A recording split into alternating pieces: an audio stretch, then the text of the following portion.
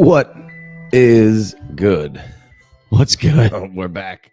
We're live. We're ready to roll. We got a Superflex TE Premium startup mock rolling. 1 minute clock, third round reversal. Appreciate you joining us. We will be doing some live shows every month from here until the season starts. We will be on Sundays here for a little while. We will not be here next Sunday. And then February, I believe it's 18th, we'll be back at 9 or 9:30 to hit you with another live show. Sometimes it'll be rookie drafts. Sometimes it'll be startup mocks. But 'tis the season to, fuck it up here before we fuck it up in real life. So you got to mock it up so you don't fuck it up. So we are underway and rolling here. We got a quarterback bonanza to start off, and why wouldn't you? We got Josh Allen at the 1-1. We got Mahomes at the 1-2. We got Lamar Jackson at the 1-3. He's making a comeback. He was at the back half of this thing last year. Nobody wanted him. Now Hurts is 1-4. We got Burrow at 1-5.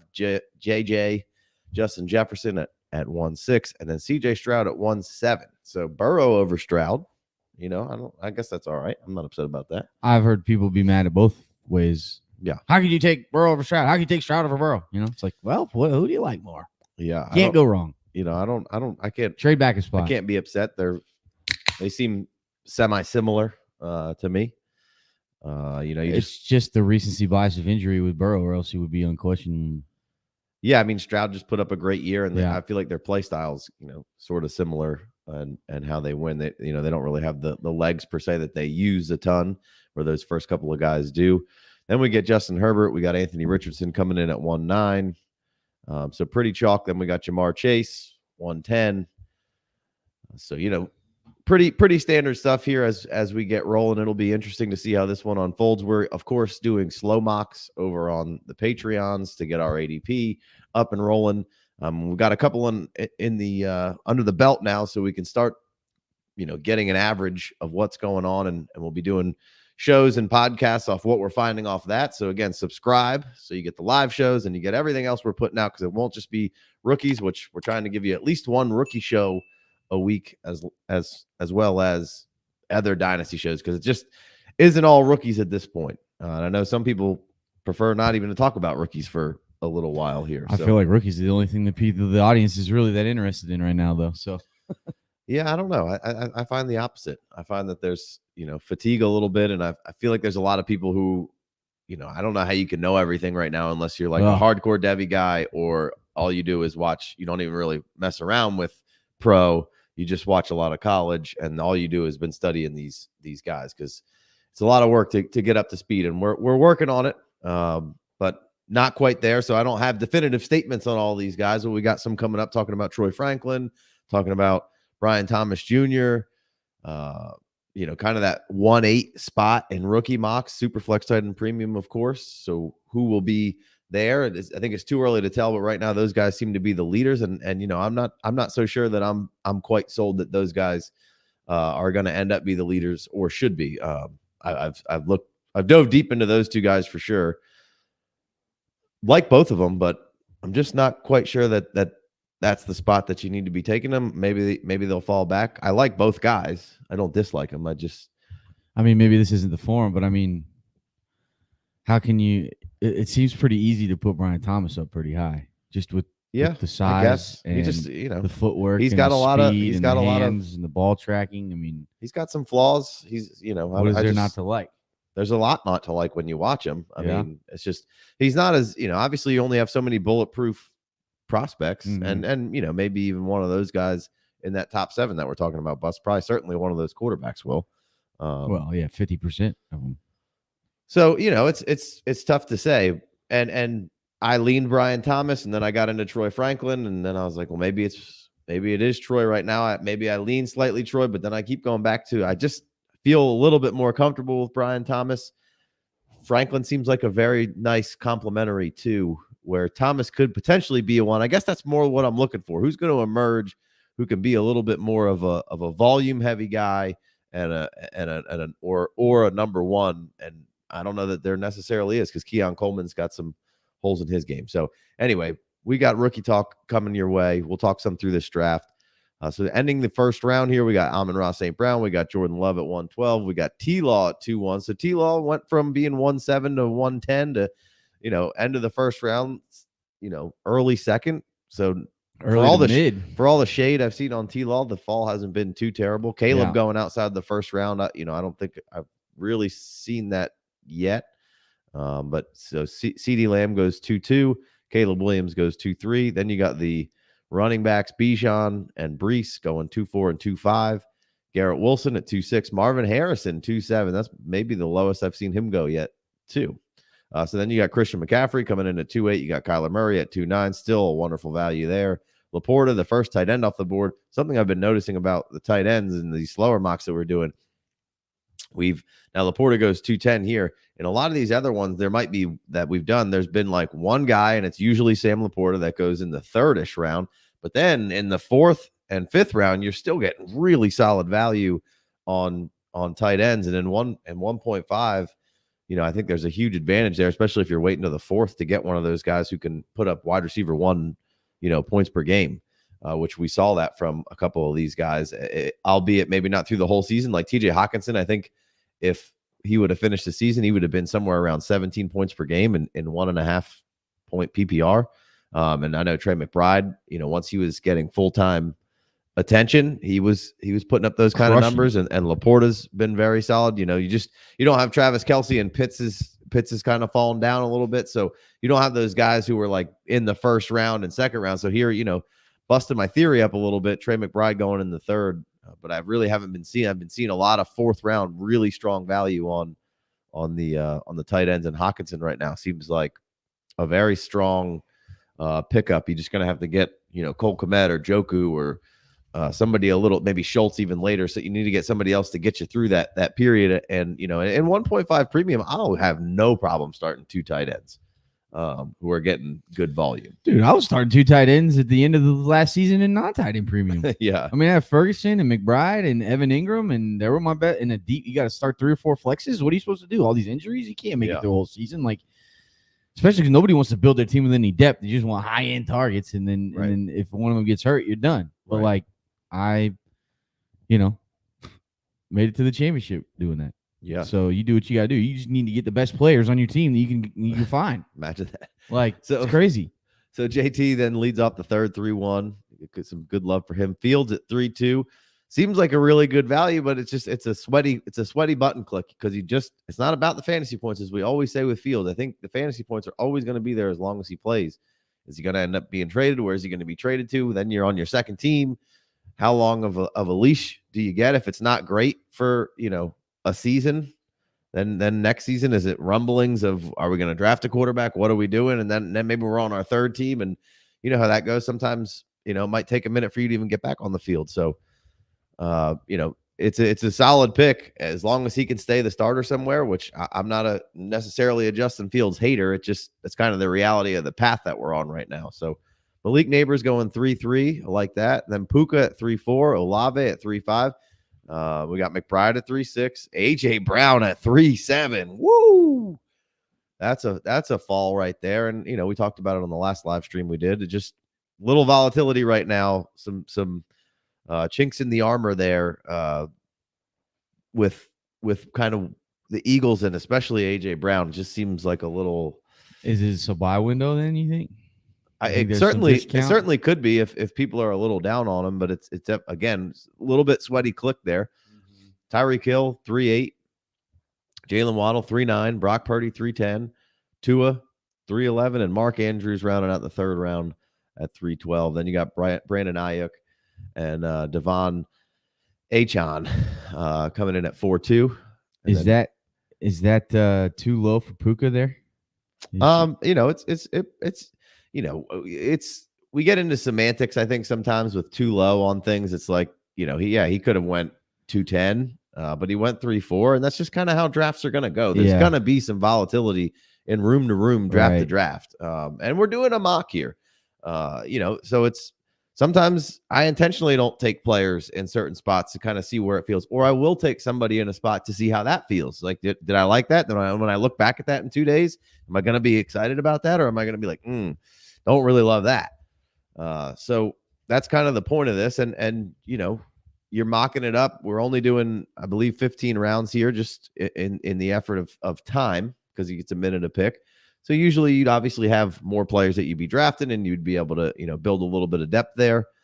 And you also it's January, February, so you wouldn't be having anywhere near this. Doesn't need to be your starting lineup when you get there. A lot of these teams, when I'm drafting to, be a little bit more in the productive struggle mindset, where I'm staying pretty young. I might take a middle-aged guy or two in there, because if things are going well, then, those guys are going to anchor me down a little bit. And some of these rookies could be a little volatile, but now I got a lot of ammunition for trades. And that's, if I'm really going into a startup, that's a lot of how I'm usually looking at it. And so a lot of my teams kind of look similar in not necessarily the same names always, but the same idea of what we're doing. And then sometimes I'll switch it up because, like I said, you got to mock it up before you fuck it up, and you want to see what kind of combination, what kind of build you like, and then looking at other teams and builds, and it's like, oh, that was pretty good. And, the values are going to change all through the offseason. I don't know how much 1 through 3 is going to change. Some guys might move up 5, 6,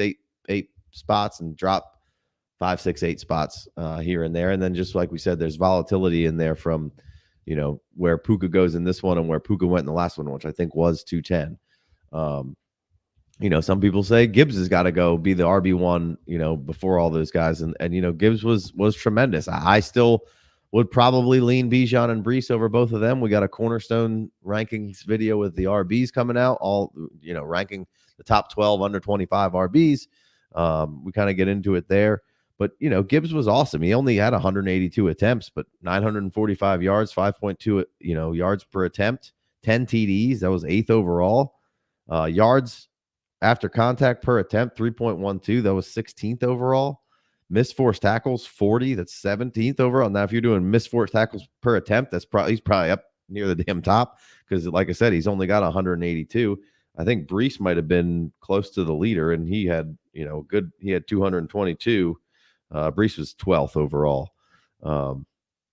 So, all those guys are over 200 that are in the next category up of missed tackles forced. But 15-yard runs or more, he had 15. That was good for third. Breakaway percentage was third. Targets, 69 targets, 52 receptions, tied for ninth. I mean, just a lot of really, really great things with Gibbs. You just have Montgomery, who's going to be a little bit of the thorn in your side moving forward. So I'll stick with Bijan, and Breece came back from the ACL and just absolutely slayed. Things should only be getting better for that offense.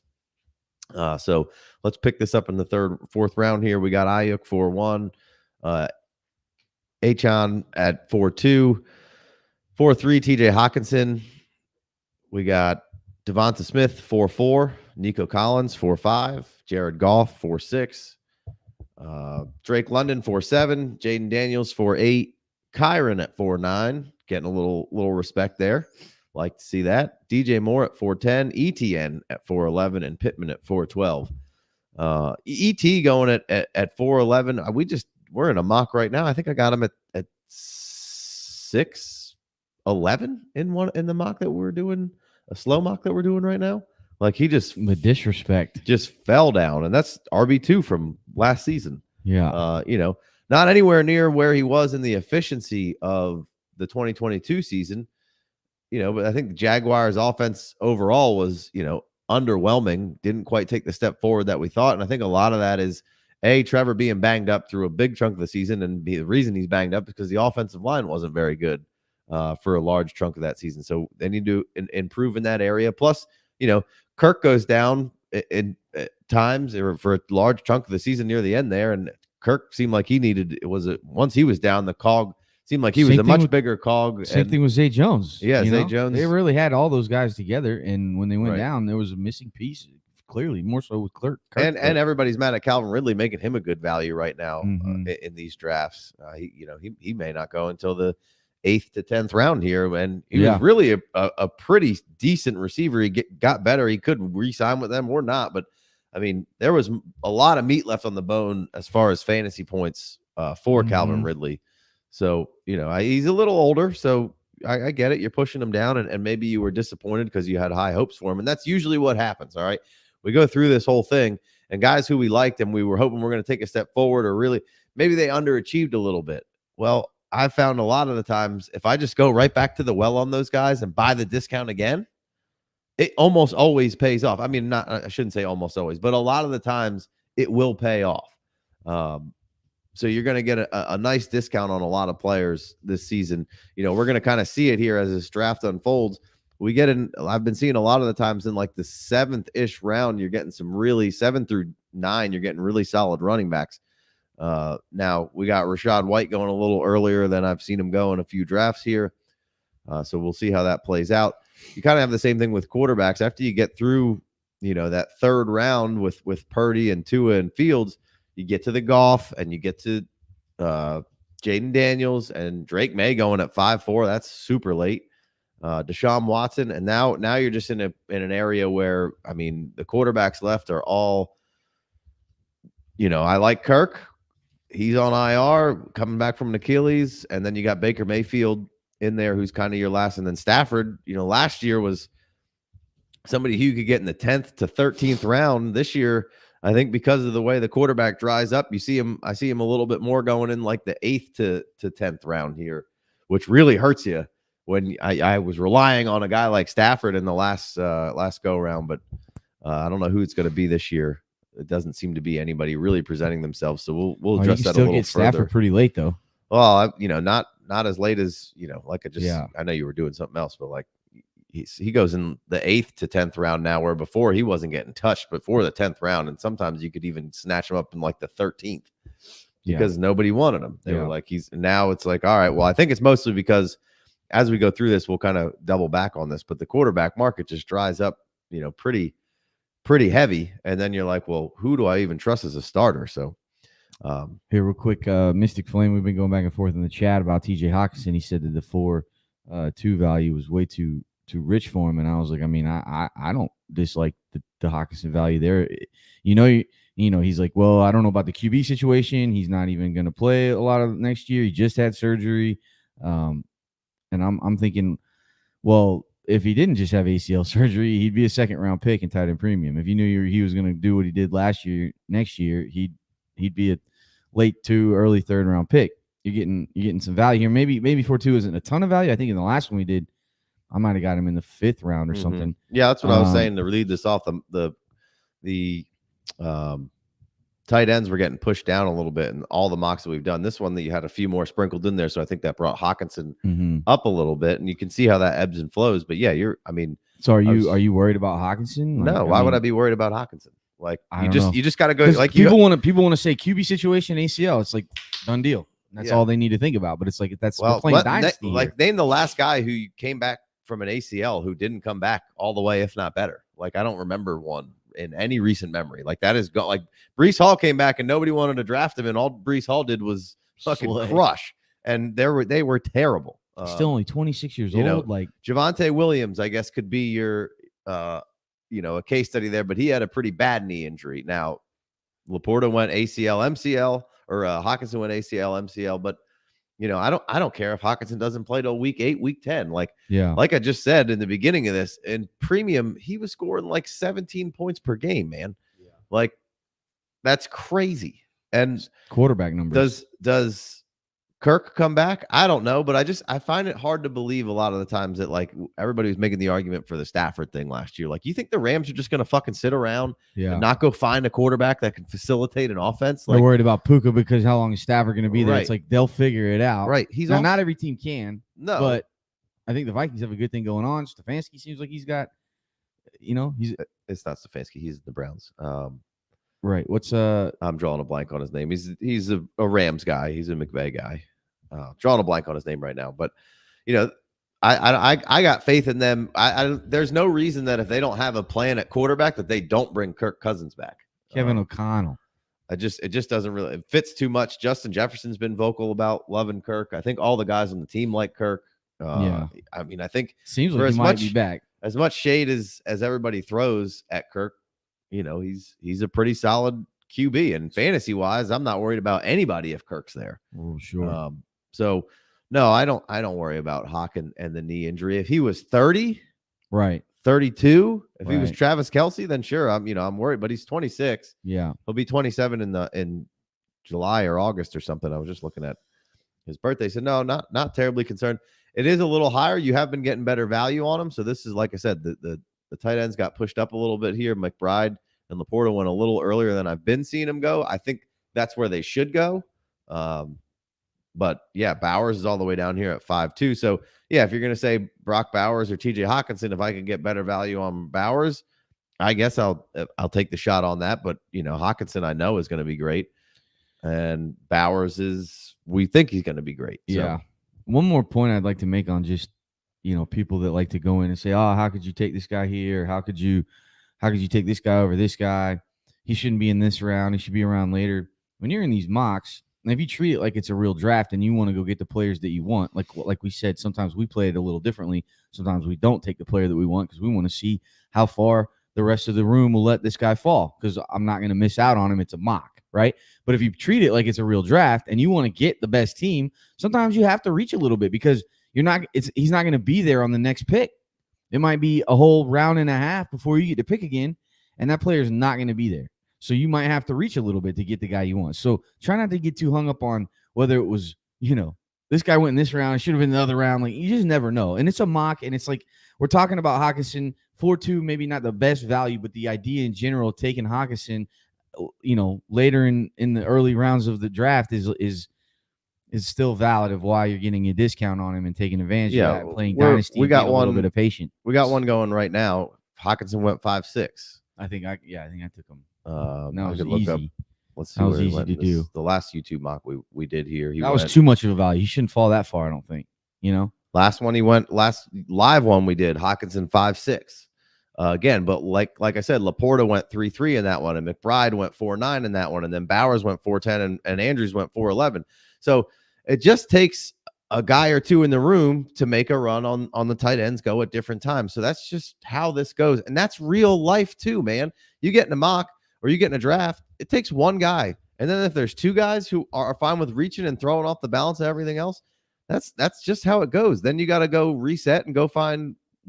Since they reached up, now what are the other values that I can go ahead and take advantage of, because maybe they reached up a little earlier than you've been seeing them. So yeah, I mean, it's all relative of what goes around. Like the last mock we did, I think somebody took 4 straight quarterbacks, and that dictated the quarterback market a little bit. Here we got quarterbacks a little bit more spread out. We got Jaden Daniels and Drake May not going until 4.8 and 4.5, and then Watson, who's whatever you think about him, he's probably going to be a solid fantasy quarterback for you. He's going 5.7. Baker Mayfield then goes 7.2. So we'll get back on rattling off these picks here. So in case you're listening on the podcast, you can kind of follow along a little better. I believe we left off on Devonta Smith, Nico Collins at 4.5, Jared Goff at 4.6, Drake London at 4.7, Jaden Daniels at 4.8, Kyron Williams at 4.9, DJ Moore at 4.10, ETN at 4.11, Pittman at 4.12, and then starting the 5th round, you get a little T. Brock Bowers, Rashee Rice at 5.3, Drake May at 5.4, and to go back to your point again of being mad about this guy going here, or I think sometimes people will get mad out of like, oh, he should be in the 4th round, so he goes 4.11, you're not mad, but if he goes 5.2, you're mad, and it's like it's really not that big of a difference. It's a couple picks. So sometimes, we'll even argue over that shit sometimes. And it's like, it's a couple picks, man. Like,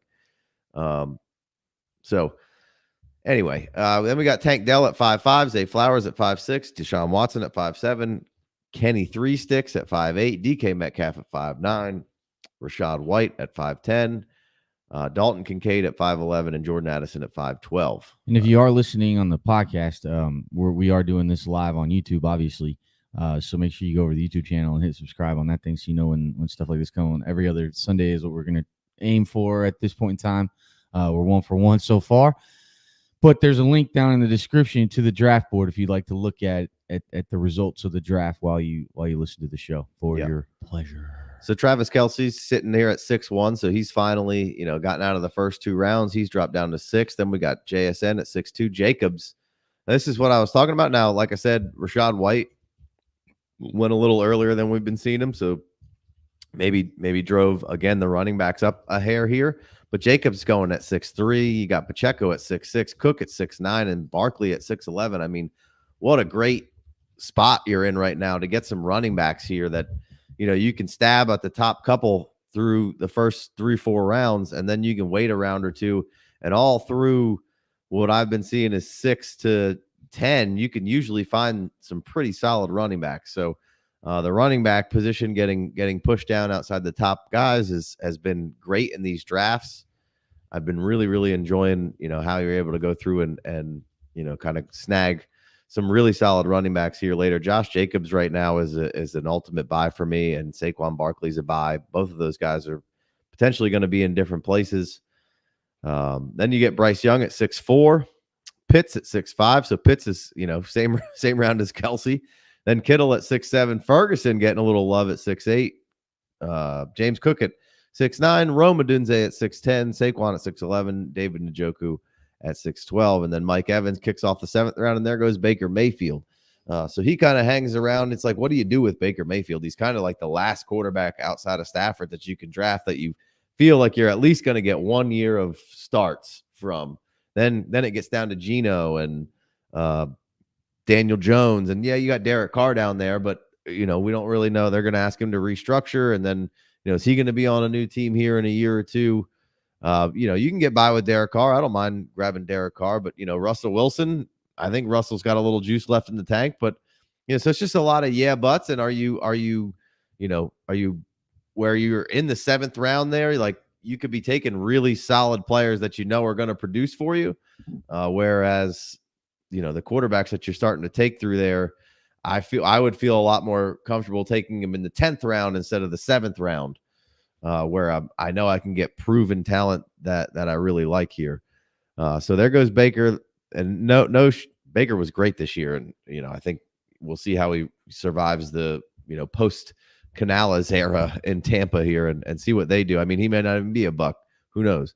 You're talking about Baker. Baker? Yeah, but I mean, I had him in my queue in that slow mock for a while, and I was just like, I'm going to see where he falls. I'm not going to take him out because I could have taken him a couple times. He made it back, and I was like, I'm glad I didn't take him last round. Yeah. But I mean, yeah. What are your thoughts there? I feel like in Superflex, it's not the worst.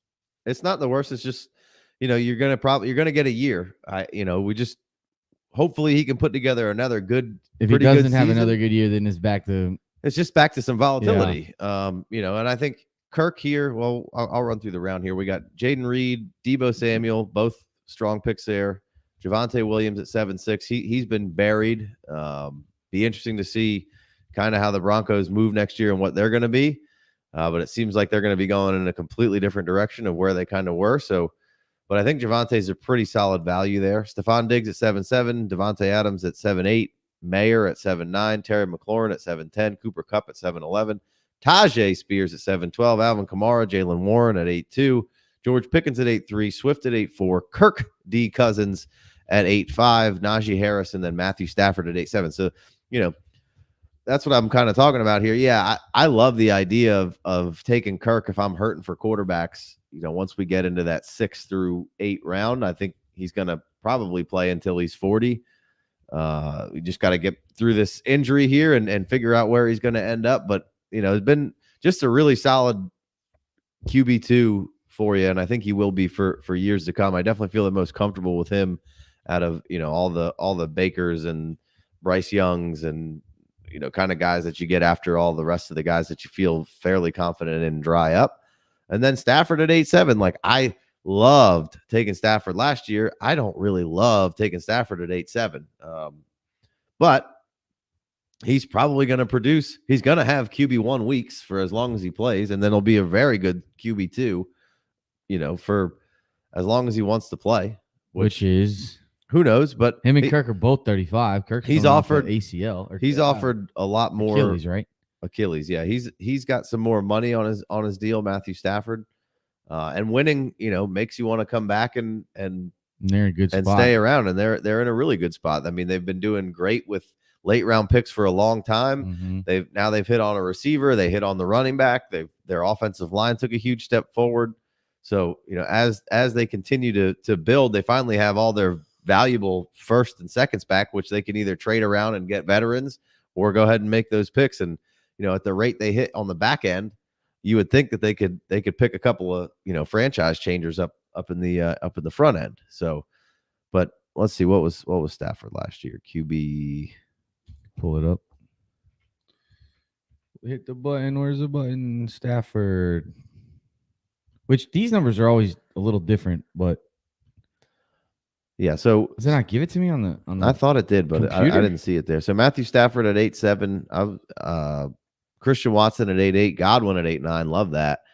Goddard at 8.10. Goddard's just a screaming value. I've been last couple of ones we did. I think he went in the 10th round, man. Like, that's just insane. This is a guy who was in the conversation for top 3 or 4 tight ends not too long ago. Now you're going to bring Kellen Moore into there and get that system rolling. I think Eagles probably are just fine next year, and I think Dallas Goedert's probably just fine next year. So the value on him in the 8th round is a screaming buy low overall. But I love that. It's a great pick. He went Ingram and Goddard back to back, and you could probably fire those guys up most weeks in your flex if you want to. Brian Robinson at 8.11, Aaron Jones at 8.12, David Montgomery at 9.1, Christian Kirk at 9.2, just always undervalued and performs for you. Christian Kirk there at 9.2, Will Levis at 9.3. So now we're another one of those quarterbacks where we think can be good, but we're not sure. We went over the Callahan stuff on, was it the live show that we just did, or I don't know what show I did, but we walked and talked about Callahan a good bit and all the quarterbacks that he's kind of touched and groomed. That sounds been in the same room with and brought along naked. Yeah. But those again were Peyton Manning in that Super Bowl winning for Denver. So obviously not peak Peyton Manning, but being around Peyton Manning, and I believe Peyton Manning vouched for him to get that Titans job. And Joe Burrow and Derek Carr when Derek Carr was playing for Gruden and had a pretty solid season, and Matthew Stafford. So been around a lot of guys, been around a lot of good rooms. See a lot of guys too. So Levis certainly has some really fun tools, and like on whatever I was on before, I don't know if it was the last live show, we had a I don't want to call it a prehistoric offense in Tennessee for the last few years, but I was down with it because it was like, hey, we're doing something different and we can win with it. But now we're probably going to come up to a little bit more of a potentially McVay style offense. I think that's kind of West Coast roots with maybe a little bit more 3 wide, and it's I think it's good for the development of Will Levis there. So that this could be one of the values of the draft here with J. Mike Check going at 9.3, or it could be a big nothing burger here, and you're just losing value as the days go by on him. But those are the kind of risks that you have to take at some point in drafts to make a difference, right? You can't be super conservative with everything, or you're going to be sitting around with a bunch of guys with mad value and probably a pretty mad team. At the top, you probably don't want to take a ton of risk. But as we move down, it's okay to take a little bit of risk, and the upside with Levis is certainly there. The downfield attack was very strong. He's got the tools. Just fun player to get behind, and we'll see how they develop him. So Dalton Schultz at 9.4, Josh Downs at 9.5. There goes Brian Thomas Jr., Ramondre Stevenson, and Tony Pollard. Like, we're just look, man. We got Najee here. We got Brian Robinson. We got Aaron Jones. We got Montgomery. We got Swift. We got Warren, who might be a little high for me on Warren. But I don't know exactly what Arthur Smith's offense is going to look like there. We got Kamara. We got Spears. We got Mixon, all in the 7th, 8th, 9th, 10th round, man. This is fantastic running back value to really build a solid RB room here and not have to cost you, the crazy amount of capital that it, maybe once would. And Montgomery value and the Mixon. I'm all for getting one of those top 5, 6 running backs. But get one of them, right? And then I'll never look at it for a minute. Well, then I'll queue up all these other guys, and monitor where they're going. But a lot of fun values here. I'm super interested to see what the Patriots do. But Ramondre could be a screaming value there. I don't think Tony Pollard played as good as he could have, but going to probably go to a new team. Mixon just stays playing good. Sharbs at could be huge, but who knows? And then we're also getting some good wide receiver value though, so I don't want to shit on that at all. But there goes Geno Smith at 9.8, Franklin at 9.10, Worthy at 9.11. Amari Cooper at 9.12, Mixon at 10.1, Deontay Johnson, smoking value right there. Hollywood Brown at 10.3. I love that. Like Hollywood Brown going right before Jahan Dotson. Yes, sir. Sign me up. And I love Dotson. Dotson's one of those guys that I was down to bet on last year. Didn't work out. I'll bet on Dotson again. Yeah. And, I like the talent. So the post-hype sleeper is, I guess the term that the children use or the kids use. Those are the guys that I like to come back and double dip on. Calvin Ridley, another one of those guys. I think 10th round value on Calvin Ridley, probably pretty strong there. He's probably going to be, you don't want him. You don't want to rely on him being your wide receiver 1 for your fantasy team. But if he's your 3rd or your flex, like I think that's super strong, man. Like this guy here, Robert, he's got Justin Jefferson, Marvin Harrison, AJ Brown, who he stole in the 3rd round, then Diggsy at 7.7, and then he's got Ridley. So he doesn't need to rely on Ridley, but any injuries or maybe Diggs isn't quite what you want Diggs to be. He's a little tail off at the end of the year. I don't know what that was. Maybe just a coordinator change. 7.7 Diggs though. Not really strong value. Yeah, I mean all the olds are in that 7 to 10 range now it seems, and so there goes Derrick Henry at 10.7, Austin Eckler at 10.8, Keenan Allen at 10.9, James Conner at 10.10, Jamison Williams at 10.11. Controversies surrounding his celebration. Who's? Jamison Williams. Oh, yeah. I didn't like that. Hey, if J Mike agrees with me, I must be right. So. Yeah. Nick Chubb, 10.12, Musgraves, 11.1, and Daniel Jones at 11.2. So I like that Daniel Jones value right there. It's didn't play well. The team didn't play well. They were trash last year. And, I think Daniel Jones can be just fine. And now that we're not paying 4th, 5th round value for Daniel Jones, sign me up for 11.2 Daniel Jones. There's enough upside there that makes that a pretty fun draft pick there. And then there goes Derek Carr at 11.3, and then Cole Kmet, perennially undervalued. There is absolutely no reason in the world that Cole Kmet should be going behind Dalton Schultz. And I love Dalton Schultz or Luke Musgraves for that matter. DK Metcalf and Cole Kmet scored within 5 or 6 points of each other in premium. Kmet is on my team in every single one of these mocks that we do because the value is just too good to pass up. Yeah. Hey, we got some rookie questions like the Bo Nix. Adam's asking, what would you be willing to give up to go from 1.8 to 1.6 in your rookie draft? It's Superflex, non-tight end premium. So, I guess the 1.7 gets a little devalued with Brock Bowers, but that's probably the guy there in Superflex, non-tight end premium. There. Maybe you take Bowers, non-tight end premium, right? Yeah. Maybe you take Bowers earlier, even if it's non-tight end premium. I'm not going to be mad at you for that. Yeah. But you're basically Odunze went 6'10" up here, and then it was not till 9th round the next rookie goes off the board with Xavier Worthy and Troy Franklin. So and Brian Thomas was 9.6. Oh, Brian Thomas up a little higher. They all kind of went in the same area, right? So I mean, so you want to trade 1.8 to 1.6 to lock yourself into somebody, Odunze or Bowers, or a quarterback. Is it Superflex? It is Superflex. Yeah. I mean, you start off with probably trying to maybe throw next year's 2 in there and see if that'll do it. I don't know if it will. It just depends on how aggressive everybody is with it. You got to feel it out. Who was the guy at 1.6 willing to move? Right? You have to go to 1.5 because we got 1.6. Can I give you the 2 next year and somebody off the bottom of my roster, piece. Right? That we're not quite there yet. Where I could Davis Allen or something. Maybe not in tight end premium, but well, I mean, or maybe not in tight end premium. Well, like maybe a guy like Dulcich, who I just pulled it up, and he was the first name here, was on IR last year, but maybe maybe he could help you get it on. Maybe he crushes.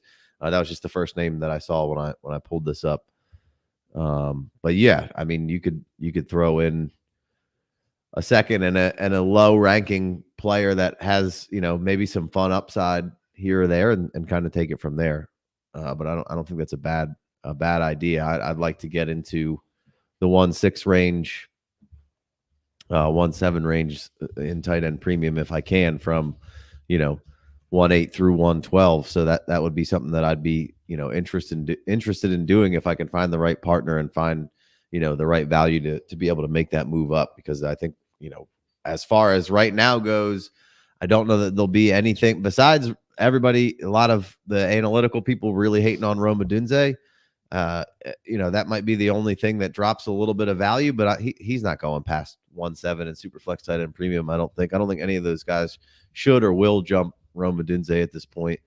I think Rome's awesome. I've watched him for the last few years, and went through the tape, and he's such a good route runner. He just does everything really well, and he's like I was saying about that 1.8 spot, like, yes, Brian Thomas has the frame and I get it. Like, there's a lot of different wide receiver one body types these days in the league, for your actual football team and for your fantasy team.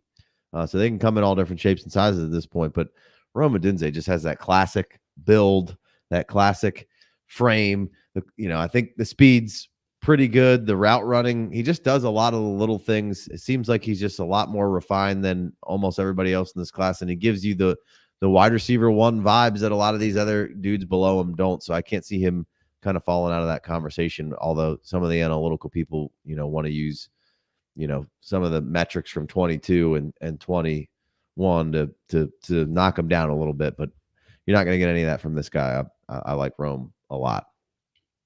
So, but yeah, jumping up from anywhere from that 1.8, because like I said, there isn't that, as far as I'm like, that bona fide wide receiver one guy who's for sure seemed to be locked in, let's say. But if Rome could go to the Bears and not be their wide receiver one, because DJ Moore sort of is, but it's semantics at that point.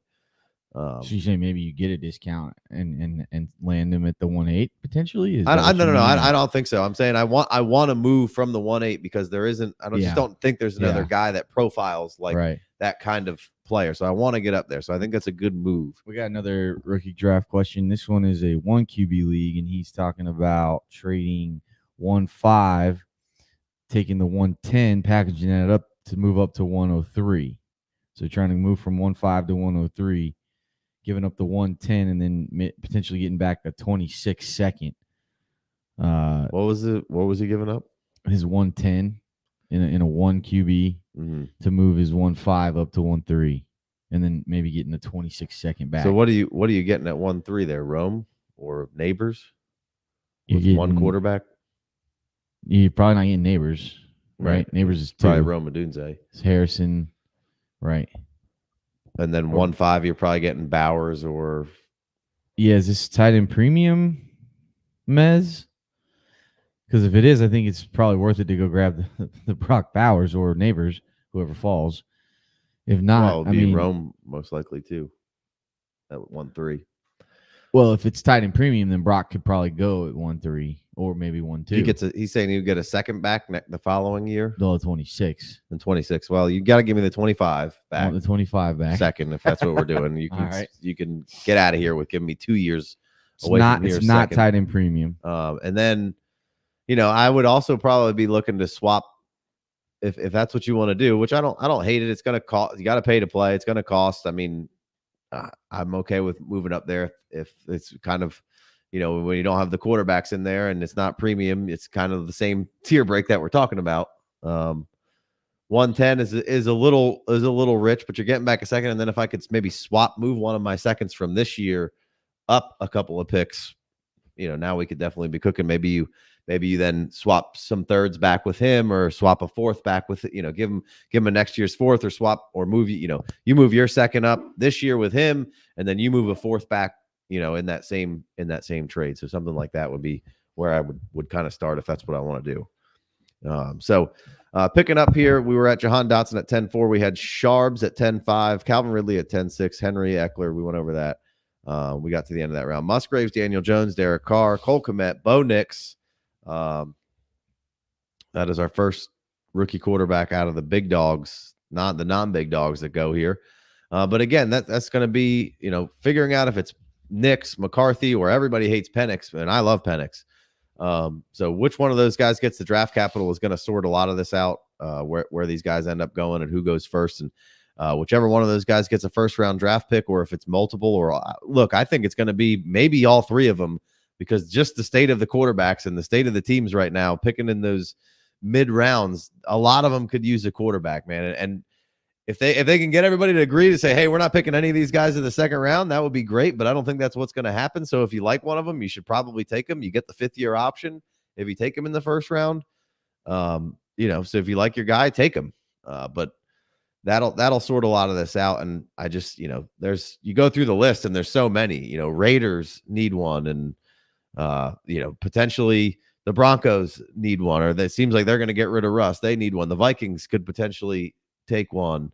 The Seahawks could take one, behind Geno for a year or so. Just a lot of teams that need him. And we're going through here and talking about the quarterbacks. A lot of if, ands, maybes, and buts here. So I think you're going to get at least 2 of those 3 quarterbacks go in the first round, which ones it is. And then probably those other ones will go right in the second round, whichever ones don't, will go there. But I just think the need is too great to pass up.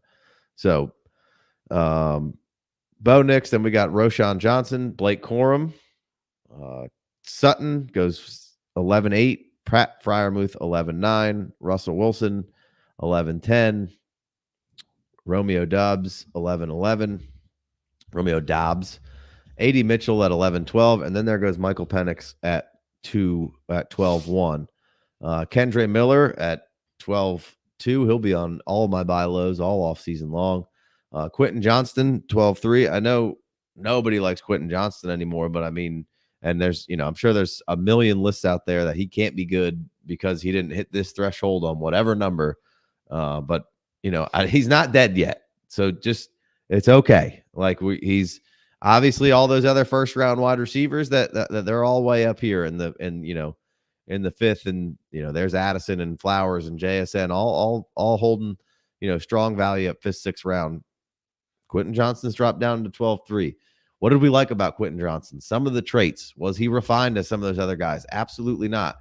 He got thrust into duty with all their receivers going down and then playing with a backup quarterback by the end of the year. He's getting a much better coaching staff, a much better system in place here. Now, they did hire Greg Roman as their OC, so which you kind of see that coming from a mile away because that's a Harbs dude through and through. But I don't necessarily love that, but it's okay. Quentin Johnston.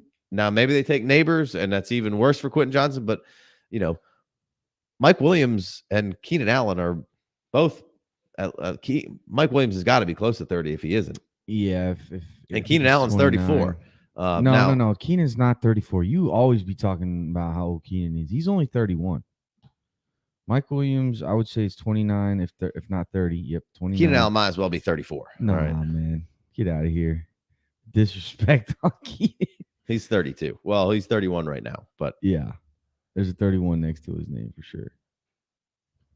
But yeah, no, I mean, I think Keenan will be 32 going into this season. He turns 32 in April. Okay. And Mike Williams is 29. So you got old ass receivers. They're definitely on like the last year of their deals too. So I think there's some potential outs, but I mean, but Quentin Johnston, I know you can write him off for dead. It's fine. Maybe he is, but I'm okay with taking a stab on him in a draft. I might let him. I'd rather take it. I'd go back to the Treylon Burks and Jacoby Myers-Wells first.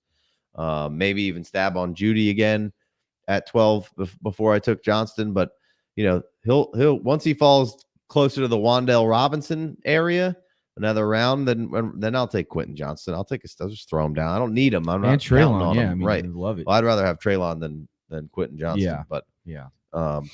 So yeah, Brooks goes, Benson goes, Corum goes. So now we're getting some rookie running backs off the board in the 11th and 12th round. We got DeAndre Hopkins at 12-7, Ford 12-8, Mostert 12-10, JT Sanders 12-9. That's my guy right there. Love him. I love what Fats is doing here. He's stacking up some solid tight ends.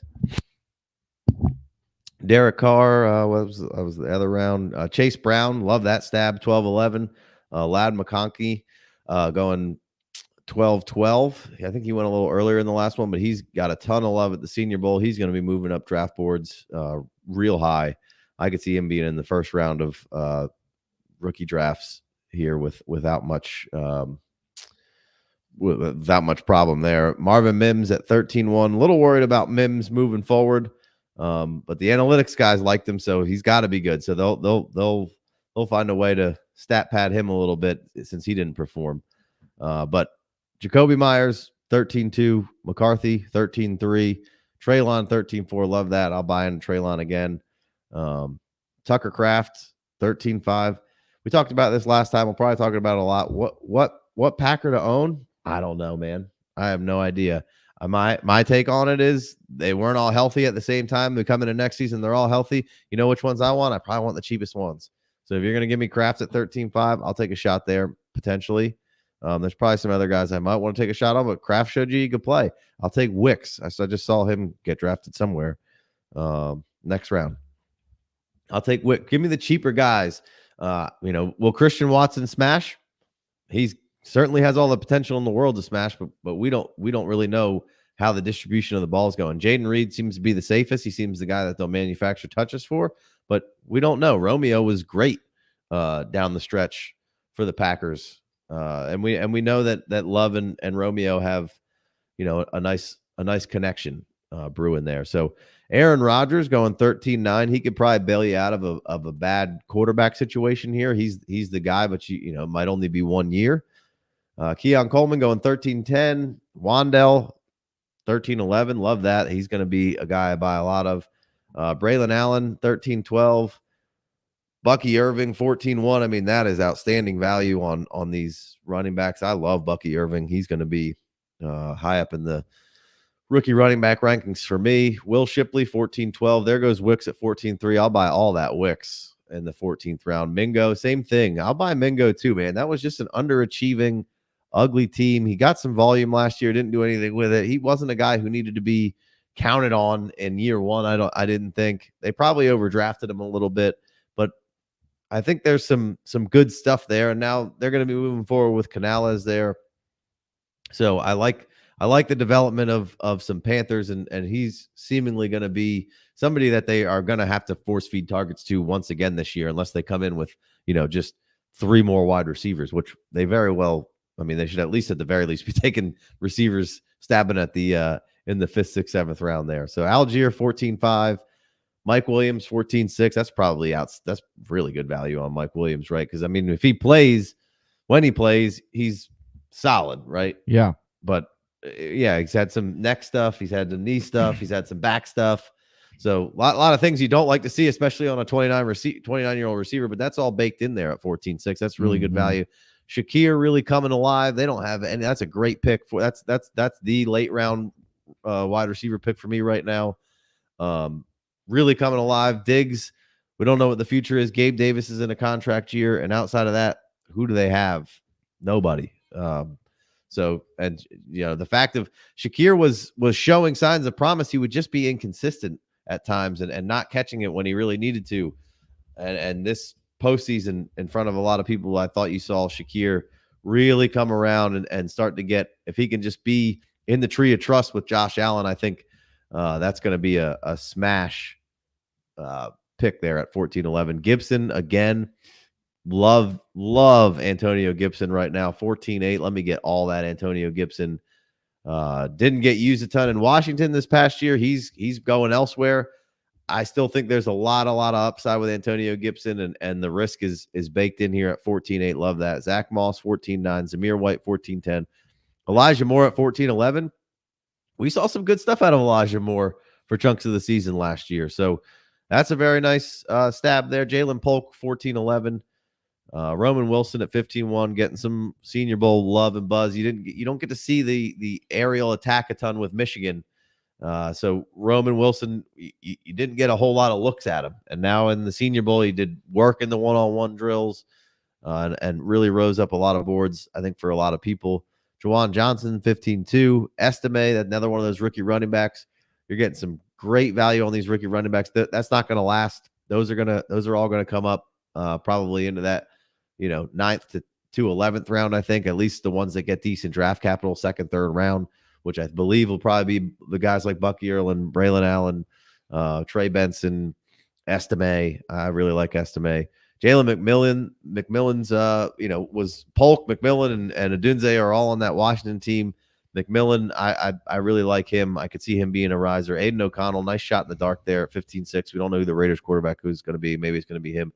Chig, we know the abilities there. Some plays that made you shake your head a little bit at Okonkwo, but I think we're moving forward with a new offense, a new light for Tennessee here. So I'm buying as many cheap assets in Tennessee as we can to see if that offense really blossoms. And Chig's free. Dulcich, same kind of deal. He's pretty free. Didn't really play. Wilson, great stab there. Marshawn Lloyd, again, a lot of Senior Bowl love there. I haven't dove into him yet, but I've been seeing some buzz kind of brewing with him. So once again, I think all these running backs these rookies are going to shift up a little bit, because I think you'll probably, while a lot of these guys aren't guys who are going to be in the consideration for first round NFL picks, I think you're going to see a lot of them go from, 2 to 4. There's just, a lot of room out there for guys to get in a room and make an impact. And then Kenny Pickett, 15-11, I'll take that. I want to stab on Kenny Pickett late in these drafts. I have no problem. 15th round, Kenny Pickett. We talked about the quarterbacks and how it gets very barren very quickly, and who are going to be the guys that you can stab on, who can be your Sam Howell from last year to help you get through. And while Sam Howell, you probably could have sold out at one point and gotten really good return on value, you still got startability from him. So that's what I'm looking for here in the 15th round. And I think Kenny Pickett can give you some startability here. And then you got Khalil Herbert rounding us out at 15-12. Love that. That's a nice. Khalil Herbert just produces when he's out there. So I really like Khalil Herbert. So you got any other questions before we get out of here? Yeah, we got one after the huddle said that he's currently holding. Oh, jeez. Oh, gosh. Jeez. Are we still live? Hope so. Yeah, it's still live. Still going. Having some technical difficulties with the keyboard. Where's the fucking question? Jesus. Got the HTML code pulled up on the side. After the huddle said currently holding the 1-7 spot, trying to trade up to 2 or 3. Someone owns those picks back to back. Could we use Diggs or Kelsey to trade up? You could try, but especially during rookie fever, those guys are already getting devalued. We're seeing that in this draft. You down to do that?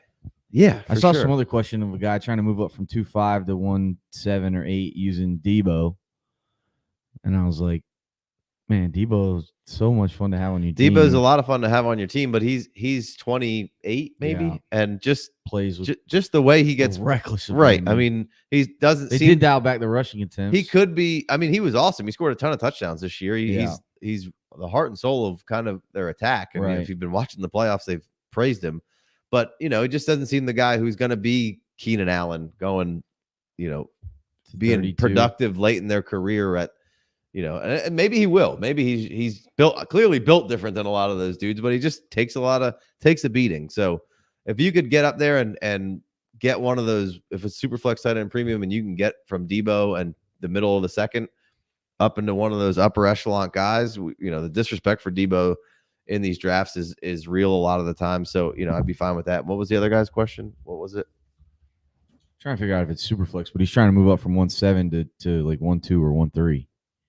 Yeah, I mean, if it's Superflex, for sure, it's worth it. I mean, 1.7 is going to be that cutoff where you're going to get one of these really good guys. So how much do you want to pay to get up there? Now, if you can get up, I don't know if he just responded, but if you can get up there, great. He said it is Superflex. So what was he trying to pay? Tight end premium? What was his Diggs or Kelsey? And in the 1.7 to get up to 1.2 or 1.3. I mean, I'm fine with that. Those me and Big Co started this a long time ago. We've said it on here. Like, you get one more. You might lose out on this trade in the immediate future with points and startability, but we're from last year to this year, we are rounds down from where those guys. The value is dropping off of those. Now, it doesn't mean they can't help you win. All right. But if you're trying to maximize recoup value, sure, send them over. You're another season away from them dying on your team. Right. Like Keenan will probably die on my team because I am competing every year and he gets me there, and I'm probably not going to move on from him because I'm going to try and get that maybe you get nicked up at the end of this coming year. Maybe the stars align, but I'm not actively trying to move him. Maybe you get nicked up at the end of this coming year and you're going into the playoffs and you're not going to make it or whatever, and maybe you sell Keenan Allen off at that point. But that's the time to sell the veterans anyway. But in the rookie season, and that the value that you can get on the older guys to help your team win right now, if you're not interested in cashing out, is huge because they're just going to get devalued in the rookie draft. He's saying it's 1.75 tight end premium and Superflex. So yeah, I mean, would you put Diggs and Kelsey together to go move up? Too much. Again, Travis Kelsey could not even. If he went, he might ride off into the sunset. Didn't he say he was coming back? I don't know, but I thought he said he was going to do it for another year. It's very, all right. So then one more year. Yeah. I mean, he was great this year, but so that's just kind of, you want those points right now to how close are you to winning? That's and do you want those points? And 1.7 is really not a bad spot. Like I feel like it's going to be tough to get that guy off of 2 and 3 though. How much does he want to diversify off those picks when he can just go, Neighbors and Drake May and say, I'm good. So, it's really just, what do you want out of it? Do you need a quarterback? Do you want Neighbors? What are you trying to get out of it? And if that's the case, then, I'm fine with trying to throw Travis Kelsey and the 1.7 in there to move up to 1.2. Sure. So anyway, or 1.3 really. Let's get out of here.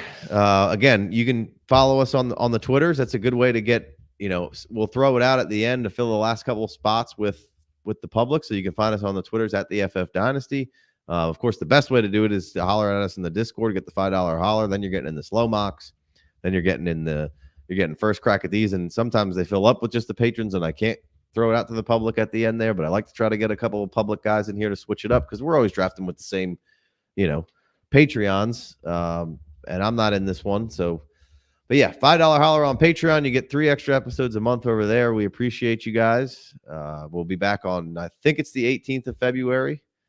We're not going to be on the Super Bowl Sunday, obviously. So we're going to do Sundays for a little while, do some live stuff. We'll be doing some rookie mocks in there as well with you guys. So we'll have you guys draft some teams. We'll break it down, talk about what we like, what we didn't like. So hope to see you guys all there. And again, like, subscribe, comment below what you like, what you didn't like, and come get all the rest of this information because we're going to be crushing some rookies. We're going to be crushing all the other day-to-day dynasty stuff, what we're seeing from these drafts, buy lows, sell highs, all that kind of stuff. As the league calendar rolls on, we'll be at the combine here before we know it, and then we'll know everything that we need to know to tell you if these guys are going to be good or not. So. All right, we appreciate y'all. We done? We out here? Yeah. We out cheer. We are out of here. I guess if we're out here, we would be here, but now we're out of here. Peace.